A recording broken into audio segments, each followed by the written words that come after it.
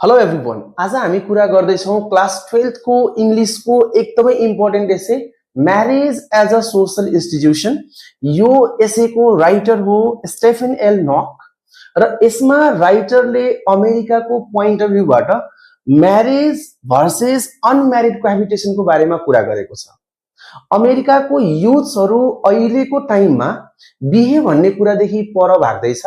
उनीहरूले म्यारेजलाई बर्डेनको रूपमा लिएको छ, किनभने त्यहाँ डिफ्रेन्ट रेस्ट्रिक्सन्सहरू हुन्छ, लिगल बाउन्ड्रिजहरू हुन्छ अनि उनीहरूलाई चाहिँ अनम्यारिड कोहाबिटेसन चाहिँ एकदम राम्रो लागेको छ। अनम्यारिड कोहाबिटेसन भनेको बिहे नगरिकन कुनै युवा युवती सँगै बस्न पाउनु, त्यसलाई अनम्यारिड कोहाबिटेसन भन्छ। हाम्रो भाषामा यता भन्दा लिभिङ टुगेदर पनि भन्छौँ। हाम्रो भाषा हैन, इङ्ग्लिस नै हो, तर हामी लिभिङ टुगेदर भन्छौँ।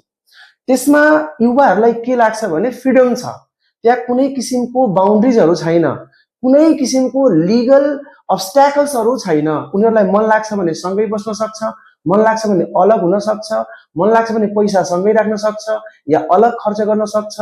एकअर्काको फ्यामिलीसँग रिलेसन राख्ने नराख्ने मामलामा पनि उनीहरू फ्री छ भन्ने फिल हुन्छ र त्यही भएर उनीहरू म्यारेज भन्दा पनि अनम्यारिड कोहाबिटेसनलाई बढी फोकस गरेको छ, बढी प्रायोरिटी दिएको छ। तर राइटर भन्छ म्यारेजलाई अरू कुनै पनि रिलेसनसिपसँग तुलना गर्न मिल्दैन, किनभने बिहे भनेको दुईजना त्यो हस्बेन्ड वाइफको रिलेसनसिप मात्रै नभएर त्यसलाई लिगली कल्चरली एक्सेप्ट गरिएको हुन्छ, डिफाइन गरिएको हुन्छ र म्यारेज भनेको समाजको अरू इन्स्टिट्युसन जस्तै इकोनोमी, पोलिटिक्स, एजुकेसन जस्तै त्यो पनि एउटा इन्स्टिट्युसन हो, सोशल इन्स्टिट्युसन हो, किनभने पुरा सोसाइटीलाई यसले बाँधेको हुन्छ, सोसाइटीलाई एउटा प्याटर्न दिएको हुन्छ। म्यारेजमा सफ्ट बाउन्ड्रिज हुन्छ, त्यो भनेको हस्बेन्ड वाइफले एकअर्कालाई गर्ने अलावेबल बिहेभियर्सहरू हो। म्यारेज झन् पुरुष मान्छेको लागि बढी इम्पोर्टेन्ट हुन्छ, किनभने पुरुष मान्छेको लाइफलाई म्यानेज गर्ने काम गर्छ, एरेन्ज गर्ने काम गर्छ, उसको स्ट्रेसलाई हटाउने काम गर्छ र पुरुष मान्छेलाई उसको सेक्सुअल सेटिस्फ्याक्सनको लागि बाउन्ड्री लिगल गर्ने काम गर्छ, रेस्ट्रिक्ट गर्ने काम गर्छ। त्यही भएर पुरुष मान्छेको लागि झनै इम्पोर्टेन्ट हो। राइटरले अर्को कुरा के भन्छ भने म्यारेजलाई अरूसँग तुलना गर्न मिल्दैन, किनभने एउटा म्यारेजले त्यो कपललाई पुरा समाजसँग, फ्यामिलीसँग, रिलेटिभसँग जोड्छ, सबैसँग नाता बनाइदिने काम गर्छ भने अनम्यारिड कपलले एकअर्काको फ्यामिली, रिलेटिभ्स, फ्रेन्डसँग नाता राख्न सक्दैन है। र म्यारेज सोशल क्यापिटलको रूपमा पनि काम गर्छ। त्यो भन्नु भनेको त्यो म्यारेजको रिलेसनको बेसमा एकअर्काको साथी या परिवार या सम्बन्धसँग हेल्प माग्न सक्छ, त्यही भएर यो सोशल क्यापिटल पनि हो। र राइटरले अमेरिकाको नर्मेटिभ म्यारेजको कुरा गरेको छ, त्यो भनेको हाम्रो यहाँको ट्रेडिसनल म्यारेज जस्तो हो, जसले सोसाइटीलाई के गरेको हुन्छ, कन्ट्रोल गरेको हुन्छ, एउटा नियमले बाँधेको हुन्छ।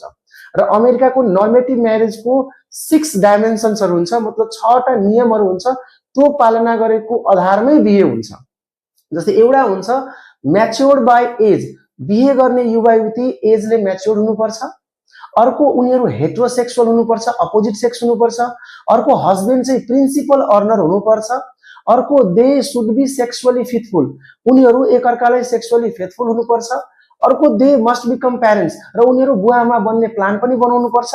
र अर्को 6 हुन्छ उनीहरूको ल, रिलिजन, कस्टमलाई मान्ने खालको बिहे हुनुपर्छ, अनि मात्रै नर्मेटिभ म्यारेजमा बिहे हुन्छ। सो यो कुराहरू म्यारेज एज अ सोशल इन्स्टिट्युसनमा दिएको छ। यो च्याप्टर इक्जामको हिसाबले एकदम इम्पोर्टेन्ट छ। त यसको केही भिभिआई क्वेसन जो यो इक्जाममा सोध्न सक्छ त्यो तपाईहरुले देखाउँछु, ध्यान दिएर हेर्नु होला है त। यसबाट इम्पोर्टेन्ट क्वेसन तपाईले यो इक्जामको लागि हुन सक्छ, discuss how marriage is a social institution.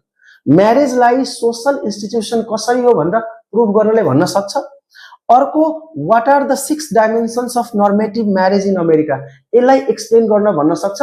प्याराग्राफमा लेख्नु होला, डिस्क्राइब गर्नु होला है त। भिडियो कस्तो लागेको छ कमेन्ट गर्नु होला। र यदि तपाई डिटेलमा अनलाइन क्लास पढ्न चाहनुहुन्छ भने स्क्रिनमा दिएको व्हाट्सएप नम्बरमा अहिले नै मेसेज गर्नुस्। र यदि फेसबुक, युट्युब, टिकटक या इन्स्टामा हेर्दै हुनुहुन्छ भने फलो, सब्स्क्राइब गरिहाल्नु होला र भिडियोलाई शेयर गर्न नबिर्सिनु होला। Thank you very much.